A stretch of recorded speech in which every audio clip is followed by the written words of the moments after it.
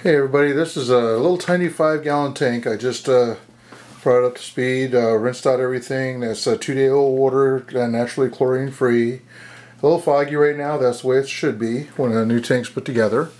That's a Whisper filter I really dislike because of all the algae that forms on it, but if you look in there, I have white things in there that help cut down the algae.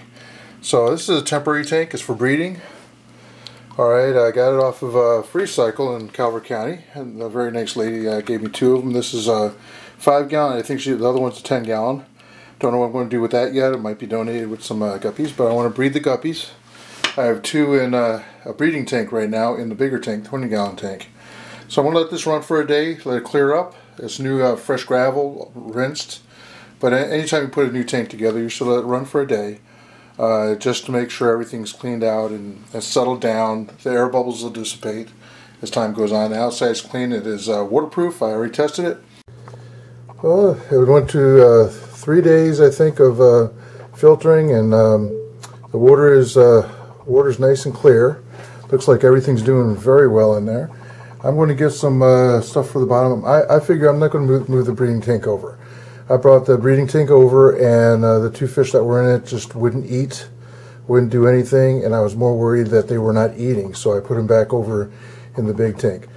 So what I think I'm going to do is I'm going to go to the store and get some of the low riding, the grass on the bottom, and then just put the females in here, and then as the babies are born, they'll be down in that grass. So see how that works out, and then I can always scoop out the females, put them back in the big tank.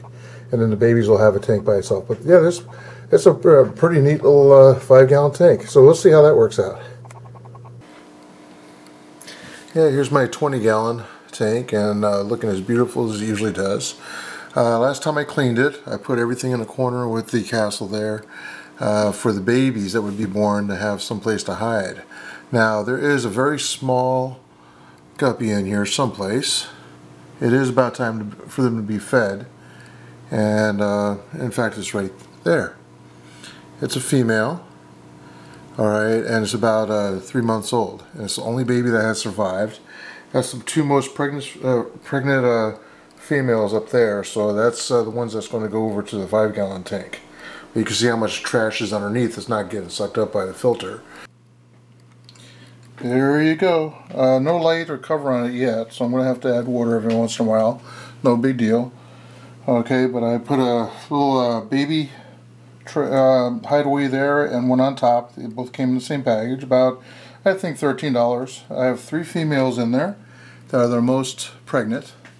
And once they give birth, I'll take them out and put them into the big tank, the mothers, actually. So I'm going to just keep an eye on them. I'll bring you back, and you can actually see how this works out. The idea is they're not in a breeder, and the babies have a chance of survival in here, and just keep them well fed, and they should be just fine.